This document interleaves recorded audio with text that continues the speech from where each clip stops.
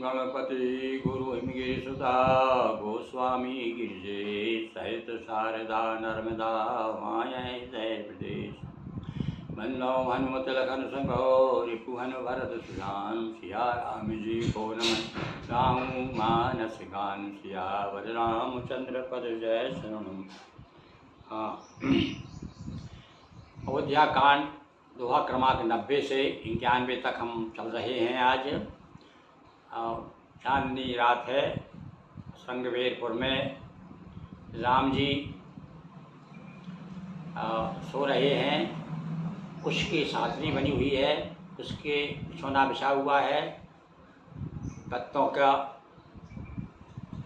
आसपास पत्ते अच्छे बिछा दिए हैं ताकि भगवान को गड़े ना। सीताराम जी सो रहे हैं, लक्ष्मण जी निखात साथ में पहरा दे रहे हैं। अब इधर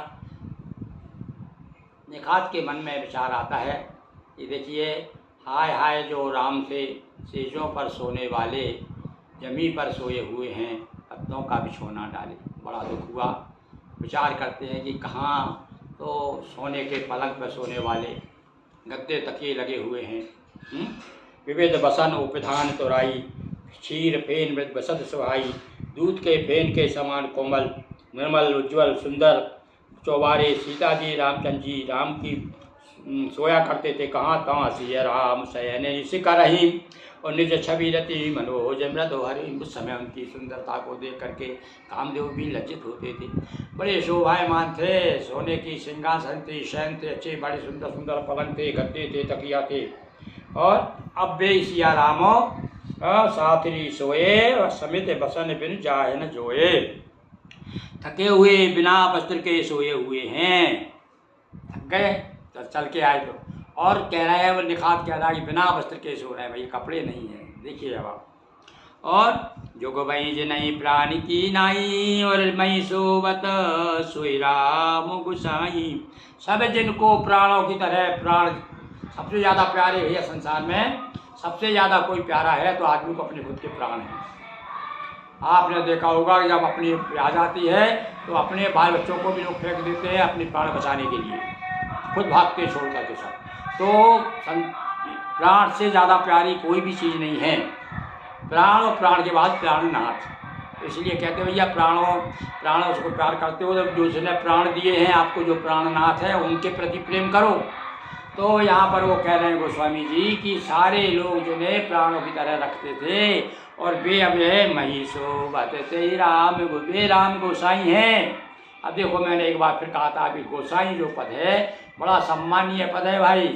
केवल गोस्वामी क्यों लोग कहते हैं गोस्वामी धराओ, तो ये कहना चाहिए कि उसको गोस्वामी शब्द की महिमा नहीं मालूम।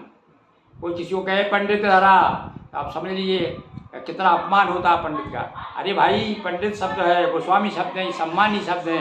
किसी को बुलाइए गोस्वामी जी कहिए, पंडित जी कहिए, और उसके बाद आदर के साथ बुलाइए। तो ये हमारी भारतीय संस्कृति है। हम अपने से बड़ों के प्रति सम्मान सूचक शब्दों का प्रयोग करते हैं।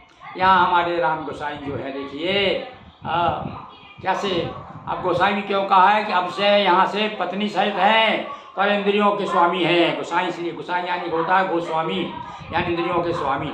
तो यानी ये संयम के साथ रह रहे हैं, ग्रस्त होते हुए भी ब्रह्मचारी हैं। तो 14 साल अपने साथ पत्नी सहित रहते हुए गोसाई बन के रह रहे हो, गोसाई उसे कहा जाता है। तो यहाँ पितो जनक जग पिते प्रभाऊ और ससुर सुरेश सखा रघुरा। अरे ऐसे ऐसे तो उनके पिता हैं जो इंद्र जैसे, तो उनके मित्र हैं, और जनक जी का भी कम कह विदेह राजू माने जाते हैं।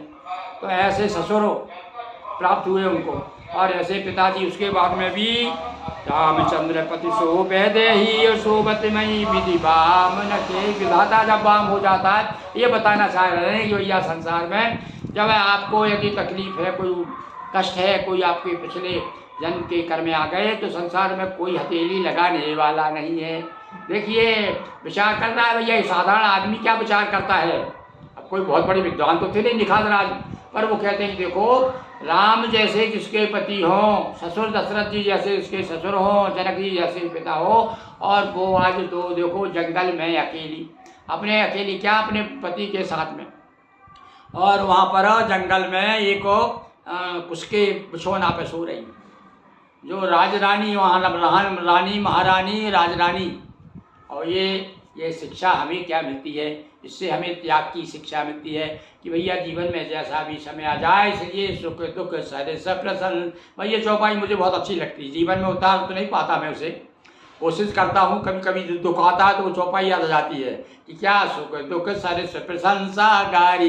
ये भक्तों के लक्षण भी है, जो भगवान की तरफ है, जिसका ध्यान है, भगवान की जिस पर कृपा है, उसे सुख और दुख में कोई अंतर नहीं होगा। हाँ कुछ समय जरूर रहा भाई, बहुत, मैं भी जीवन में बहुत दुख उठाया है मैंने। अब अभी अलग से मैंने एक अपनी आत्मकथा बताना, वीडियो बताना शुरू कर दिया है, कभी देखेंगे आप, शुरू जारी करने वाला हूँ। कितने कितने संकटों से संघर्षों से जूझते हुए मैं यहाँ तक आया हूँ। पर वाकई में उस समय भी जब एक टाइम का भोजन भी नहीं था खाने को, तब भी वही एक मस्ती थी, और आज भी भगवान के पास से सब कुछ है और आज भी वही मस्ती। तो इसीलिए कहा भैया, कह रहे हैं कि समय हमको शिक्षा दे रहे हैं, निखात राज कह रहे हैं कि ऐसे ऐसे देखो, अब इससे बड़ा कोई हो सकता है क्या।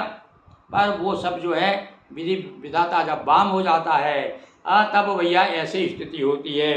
प्रिय रघुवीर की कानन जोगू करमो प्रधान सत्य। ये है भैया बात। कहाँ से बताना चाहते हैं गोस्वामी जी कि यह संसार जो है कर्म प्रधान है। ये कर्म योग पर ही तो गीता का भाष्य लिखा है तिलक जी ने, लोकमान तिलक का कर्म योग पढ़िए आप गीता का, तो इसमें आपको मालूम पड़ेगा कि देखिए क्या है हमारा जीवन, क्या है। सब कुछ काम करते हुए भी निष्काम भाव से काम करें, और किंतु कर्म तो हमें करना ही पड़ेगा, कर्म प्रधान है।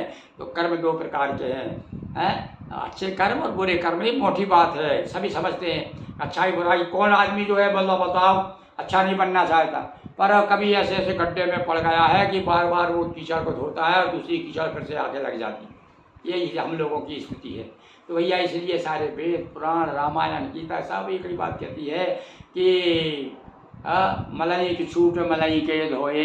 अरे कीचड़ को कीचड़ से धोगे तो क्या वो छूट जाएगी, तो उसके लिए तो साबुन ही चाहिए। तो अब ये सत्संग रूपी साबुन है। ये सत्संग आप अकेले करिए, दूसरे चलिए, बड़े बड़े विद्वानों को सुनिए, साधारण सुनिए, घर में ही पढ़िए, पर सत्संग करिए, अपने ग्रंथों का साथ में रहिए, ये भी सत्संग है। तो कहते हैं देखिए एक बात, चौपाई बहुत प्यारी चौपाई है भाई। रघु की से रघुवीर की कानन जोगू बन के योग थे। कोई कल्पना कर सकता है कि सीता और राम बन के लिए पैदा हुए थे क्या वो है? तो कर्म प्रधान कुछ तो है भैया, पिछला कर्म तो है उनका।